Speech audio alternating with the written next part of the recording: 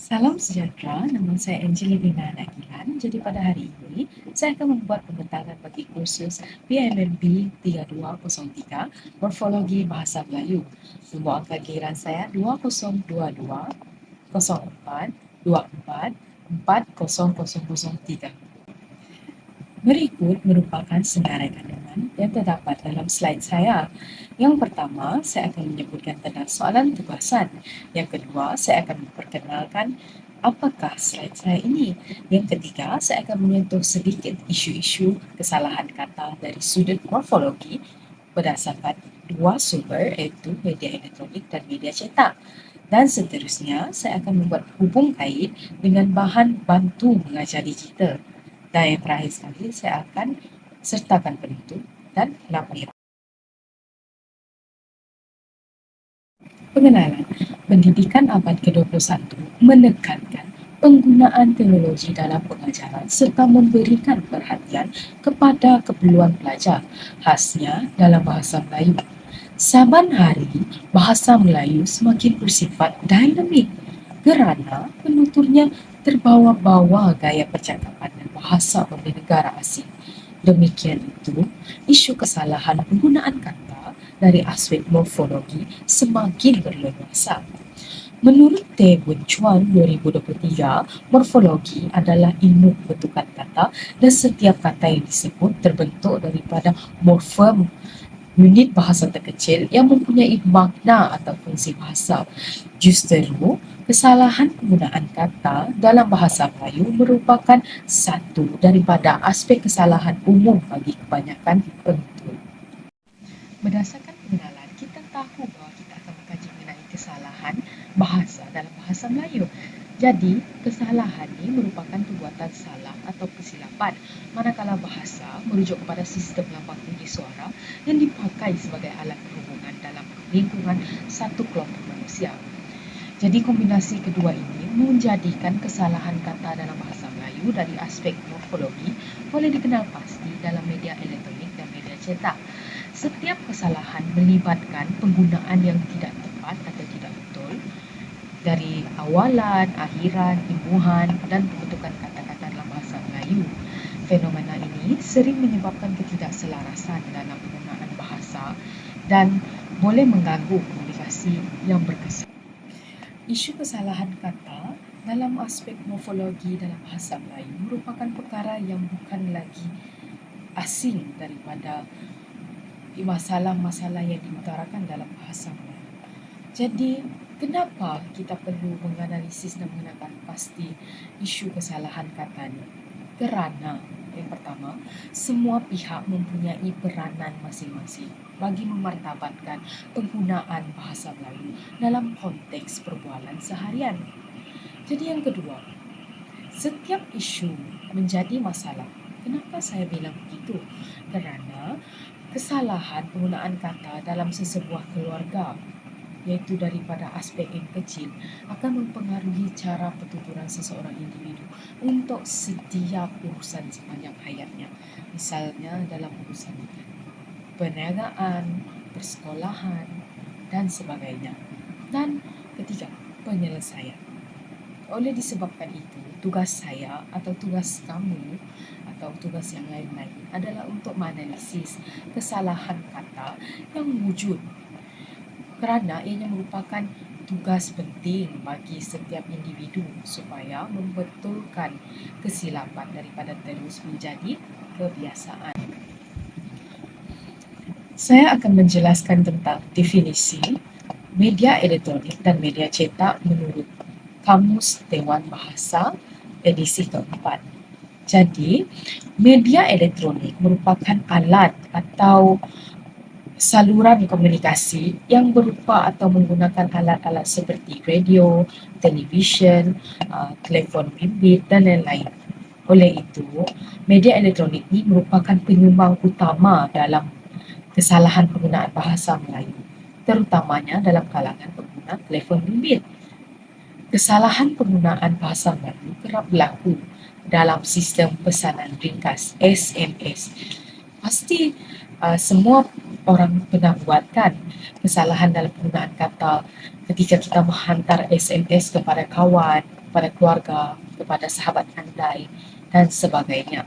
Jadi, misal kata kita selalu menggunakan perkataan apa khabar awak tu, kita eja secara AWK, apa khabar tu menjadi APE apa, lepas tu khabar tu dia menjadi apa khabar, macam tu, awak apa khabar. Tapi penggunaan kata dia sudah tersilap dari segi konteks ayat dan konteks pembentukan kata itu sendiri. Jadi yang kedua adalah media cetak. Media cetak ni merupakan satu alat atau saluran komunikasi yang berupa bahan cetakan atau terbitan seperti surat khabar, majalah dan lain-lain. Isu-isu yang sering timbul dalam media cetak ni adalah seperti penggunaan kata ganti nama diri. Yang ketiga, dan kata singkat, kata hubung, kata serapan dan lain-lain. Kita sudah tahu mengenai maksud media cetak dan media elektronik. Jadi ini merupakan, saya sertakan 3 contoh bagi media elektronik dan 3 contoh bagi media cetak. Jadi berdasarkan media elektronik, antara perkara-perkara yang dapat saya analisis dan perkara yang saya dapati mempunyai kesalahan. Yang pertama, dalam akhbar sinar harian, secara dalam talian, saya dapat mengenal pasti bahawa terdapat penggunaan kata yang salah bagi tajuk surat khabar tersebut, di mana mereka menggunakan kataan kereta baru dan bukan kereta baharu. Kenapa kesalahan ini wujud? Kesalahan ini adalah berupa kesalahan kata bantu, kerana baru ni merupakan antara kata bantu, kerana ungkapan bagi baru hanya sesuai digunakan bagi merujuk sesuatu masa, contohnya tahun baru Cina. Manakala baharu ni bersifat sebagai kata adjektif untuk menunjukkan sesuatu yang bukan lama. Jadi contoh yang kedua adalah penggunaan perkataan berkuat kuasa. Seperti yang kita lihat dalam berita tersebut, terdapat tulisan berkuat kuasa yang didekatkan. Sepatutnya berkuat kuasa dijarakkan, kerana perkataan berkuat kuasa ni bukan kata majmuk yang mantap. Apabila kata majmuk yang bukan mantap ni menerima imbuhan ber, maka perkataan tersebut hendaklah dijarakkan. Namun berbeza pula apabila ejaran tersebut disisipkan dengan kata terbitan berapitan. Misalnya kata berapitan pe dengan an, seperti penguatkuasaan. Jadi kuat kuasa tu dia menjadi rapat. Jadi ini adalah contoh bagi kesalahan kata majmuk tidak mantap bagi tajuk bagi tajuk berita. Contoh yang ketiga adalah contoh media elektronik yang seperti saya sebut tadi, melalui sistem pesanan ringkas itu SMS, melalui aplikasi WhatsApp. Ini anak muda selalu buat. Seperti paran perbualan tersebut, ianya menanyakan, jadi kau balik kampung ayahlah, macam tu. Jadi perkataan balik kampung ini merupakan kata kerja, dan kesalahan di atas adalah kesalahan penggunaan kata kerja. Perkataan yang sepatutnya adalah balik ke kampung. Hal ini kerana kata sendi nama ke perlu diletakkan selepas kata kerja tak transitif balik. Kata kerja, maksud kata kerja ini merupakan kata yang bagi menunjukkan keadaan sesuatu perbuatan. Dan ini sahaja bagi contoh media elektronik. Baiklah, kita telah melihat 3 contoh bagi aspek kesalahan kata morfologi dalam media elektronik. Seterusnya kita akan melihat isu kesalahan kata dari aspek morfologi namun dalam media cetak seperti majalah, surat khabar dan sebagainya. Contoh yang pertama adalah tajuk bagi surat khabar. Pemeriksaan dadah kaki tangan awak diperluaskan. Jadi di sini kita dapat lihat bahawa perkataan diperluaskan itu adalah salah, kerana penggunaan imbuhan apitan iaitu bagi kata terbitan dalam tajuk surat khabar tersebut adalah salah. Perkataan yang sepatut digunakan adalah diperluaskan. Kenapa? Imbuhan diperkan hanya boleh digunakan untuk kata nama dan juga kata kerja. Jadi dalam konteks ini, perkataan luas, diperluas ini adalah kata terbitan. Contoh yang kedua pula adalah bagi tajuk surat khabar juga, iaitu kesalahan penggunaan dari segi kata majmuk mantap. Perkataan yang sepatutnya adalah warga negara dirapatkan, bukan warga negara yang dijarakkan.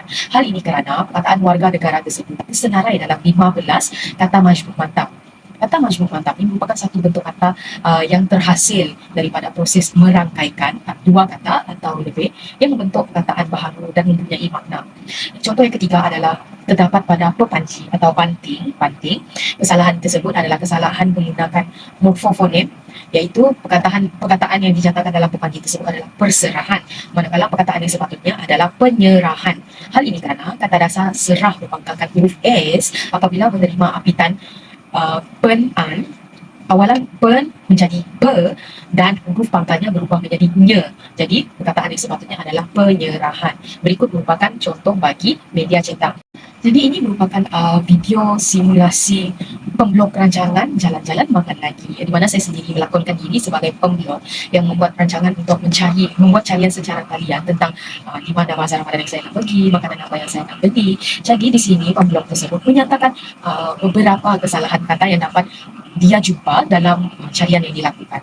Jadi semua yang melihat video ini dapat mengibas kod QR tersebut dan melihat video simulasi serta bersama-sama dengan pemblok tersebut untuk menganalisis apakah kesalahan yang terdapat dalam video-video yang kita ibas. Jadi berdasarkan video blog yang telah kita lihat tadi, antara kesalahan yang dinyatakan oleh pemblok tersebut adalah kesalahan ejaan, seperti yang kita lihat tadi. Yang pertama, pemblok tersebut menyatakan kesalahan ejaan bagi bazar Ramadan, iaitu ejaan sebenar bagi bazar Ramadan adalah BAZARRAMADAN, bazar Ramadan. Yang kedua adalah kesalahan ejaan nasi biryani, yang sepatutnya adalah NASI nasi, BRIANI nasi biryani. Yang kedua adalah kesalahan ejaan bagi char kway teow, di mana ejaan yang betul adalah char QUETIAU, char kway teow. Yang keempat adalah kesalahan ejaan nasi himpit, yang sepatutnya adalah nasi himpit, iaitu NASI nasi HIMPIT, himpit, jadi nasi himpit. Yang kelima adalah kesalahan ejaan bagi perkataan murtabak, iaitu sepatutnya martabak, MARTABAK, martabak. Jadi 5 kesalahan yang telah dinyatakan oleh pemblok tersebut. Jelaslah bahawa berdasarkan isu kesalahan kata yang telah saya nyatakan tadi, saya mendapat cetusan idea untuk membuat produk bahan bantu mengajar digital. Dan sekarang saya ingin memberi tahu atau menyatakan hubungan antara bahan bantu mengajar digital yang telah saya buat dengan isu kesalahan kata dari aspek morfologi. Yang pertama, kita dapat melihat dalam bahan bantu digital saya nanti adanya penerangan yang teliti, iaitu BBM yang telah saya buat dapat menyediakan penerangan yang teliti mengenai konsep morfologi dalam bahasa Melayu. Sebagai contoh, dalam BBM tersebut telah memberi penjelasan mengenai berbagai jenis-jenis kesalahan dalam bahasa Melayu yang mungkin murid-murid boleh elak. Yang kedua, dalam BBM digital saya terdapatnya aktiviti latihan yang berinteraktif. Maksudnya aktiviti tersebut melibatkan semua pelajar, melibatkan hubungan antara guru latihan dan juga murid. Dan tujuan latihan interaktif tersebut adalah untuk memperbaiki kesalahan kata dari segi morfologi yang murid alami. Jadi yang ketiga adalah penggunaan contoh ayat. Dan seperti yang anda akan lihat dalam BBM saya nanti, bahan bantu mengajar yang telah saya ciptakan menyediakan contoh ayat yang memperlihatkan penggunaan betul dan salah dari segi morfologi. Dengan melihat contoh-contoh ini, pelajar dapat memahami bagaimana kata-kata dibentuk dan digunakan bagi dalam konteks yang tepat. Yang tepat adalah maklum balas segera. Seperti yang anda ketahui bahawa BBM digital saya ini bersifat digital, iaitu saya menggunakan Waterlet sebagai bahan medium utama. Jadi dalam Waterlet tersebut, guru dapat mengetahui sambil guru mengajar, guru dapat tahu juga maklum balas daripada murid. Jadi seperti yang kita lihat, ini merupakan paparan utama bagi bahan bantu mengajar digital saya. Yang seperti yang kita nyatakan tadi, bahan bantu mengajar digital saya memiliki empat aspek yang sangat saya titik beratkan dalam isu kesalahan kata. Itu penerangan yang teliti, aktiviti latihan interaktif, maklum balas segera, dan juga penggunaan contoh ayat. Seperti yang anda semua lihat, bahan bantu mengajar digital saya ini diciptakan khas untuk murid tahun 4 sekolah kebangsaan, di mana tema yang saya ambil adalah tema 8, iaitu ekonomi, keusahawanan dan pengurusan keuangan bagi tajuk pembelajaran keluarga di bawah unit ke-24, iaitu pengurusan perbelanjaan, dengan memfokuskan standard kandungan 3.2 menghasilkan penulisan, dan standard pembelajarannya adalah 3.3.2, iaitu mengedit dan memulihkan ayat daripada aspek ejaan, tanda baca dan gunaan hubungan. Dalam bahan bantu mengajar digital yang telah saya buat ini, guru-guru dapat melihat bahawa adanya contoh rancangan pelajaran harian yang saya sertakan supaya guru-guru tidak tersasar apabila menggunakan bahan bantu mengajar digital. Dan berikutnya adalah banyak-banyak contoh-contoh aktiviti yang saya sematkan, yang saya terapkan dalam bahan bantu mengajar digital. Kesimpulannya, melalui integrasi isu kesalahan kata dari aspek morfologi dalam bahan bantu mengajar digital ini, pengajaran kemahiran menulis bahasa Melayu dapat ditingkatkan dengan lebih efektif dan efisien. Ini membantu memastikan bahawa pelajar memperoleh pemahaman yang kokoh mengenai konsep morfologi serta dapat mengaplikasikannya dalam penulisan dengan lebih tepat dan betul. Ini menunjukkan bahawa pendekatan tersebut merupakan langkah yang positif dalam meningkatkan keberkesanan pengajaran bahasa Melayu di dalam bilik ajar, dengan mengembangkan dan memperbaiki bahan bantu mengajar digital ini, kita dapat terus memperkukuh kemahiran bahasa pelajar dan memastikan bahawa mereka dapat menguasai bahasa Melayu dengan lebih uh, baik. Jadi, sekian saja berdasarkan ini saya menggunakan bagi isu kesalahan kata serta berkaitan kenapa saya membina bahan bantu mengajar digital ini dan hubungannya dengan isu kesalahan kata. Seterusnya kita akan melihat lampiran-lampiran yang telah saya. Lampiran yang pertama adalah lampiran bagi produk bahan bantu mengajar digital yang telah saya sediakan. Jadi anda boleh imbas QR code yang telah saya sediakan dan melihat paparan-paparan yang telah disertakan. Jadi lampiran yang kedua adalah soalan digital menggunakan aplikasi Google Form untuk rakan pembelajaran 1 dan rakan pembelajaran 2. Dan anda juga boleh mengimbas kod QR ini untuk melihat soalan-soalan yang telah saya sediakan bagi mengetahui malu balas keberkesanan bahan bantu mengajar digital saya. Dan soalan-soalan ini saya adaptasi daripada kajian tigawan oleh Juliana Helman et al. Dalam kajian penggunaan bahan bantu mengajar digital dalam pembelajaran secara maya semasa pandemik dan disesuaikan dengan bahan bantu mengajar digital yang telah saya buat. Ini berikut merupakan profil rakan pembelajaran saya. Rakan pembelajaran yang pertama adalah JLB iaitu pensyarah di Politeknik Kuching. Rakan pembelajaran yang kedua adalah Cikgu Dahlia iaitu guru bahasa Melayu di SK Tan Sri Dato' Haji Muhammad. Paparan ini menunjukkan bahawa hasil soal selidik daripada rakan pembelajaran 1 saya iaitu di mana beliau menyatakan cadangan supaya saya menyusun bahan bantu mengajar saya dengan lebih kemal serta menambahkan aktiviti serta grafik yang lebih menarik. Beliau juga bersetuju bahawa bahan bantu mengajar digital ini menarik. Bahan bantu digital ini mempunyai ciri-ciri pembelajaran abad ke-21 serta terdapatnya integrasi teknologi dalam bahan bantu mengajar digital ini. Encik Hilmi juga bersetuju bahawa terdapatnya reka bentuk bahan bantu mengajar ini menyediakan mekanisme untuk membentukkan kesalahan tanda baca dan hukuman serta bahan bantu mengajar digital ini juga memberi pemahaman kepada pelajar. Berikut merupakan hasil soal selidik yang saya dapat daripada rakan pembelajaran kedua saya iaitu guru bahasa Melayu di sekolah rendah. Beliau mencatatkan bahawa secara keseluruhan bahan bantu mengajar digital ini sangat bersifat interaktif.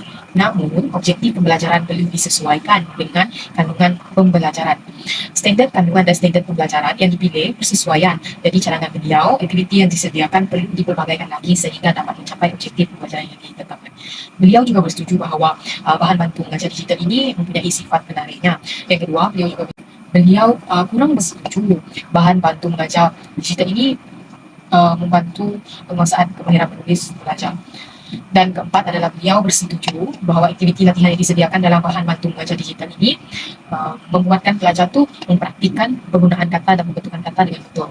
Dan yang terakhir adalah beliau menyatakan persetujuan bahawa penggunaan bahan bantu mengajar digital ini dapat meningkatkan keberkesanan pengajaran bahasa Melayu secara keseluruhan. Sekian, terima kasih. Itu saja pembintangan daripada saya.